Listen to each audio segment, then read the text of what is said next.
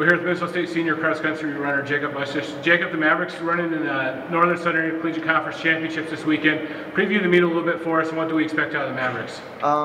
This weekend we run up at the U of M. Concordia St. Paul is hosting the meet. As of right now, we are ranked second, but our team goal is to win the meet. You guys have done a good job this year. Every week it seems like you guys are getting better and you're running really well as a squad, and the difference between the top five has been pretty minimal.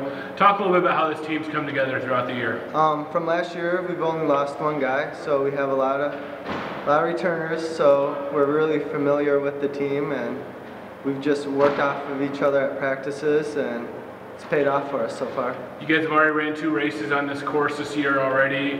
How nice is it knowing the course a little bit before you go into Saturday's meet? It's really nice because we know where we should pick up, have where we can take a little time to recover and stuff, and we know exactly how much in different areas we have in the race and that.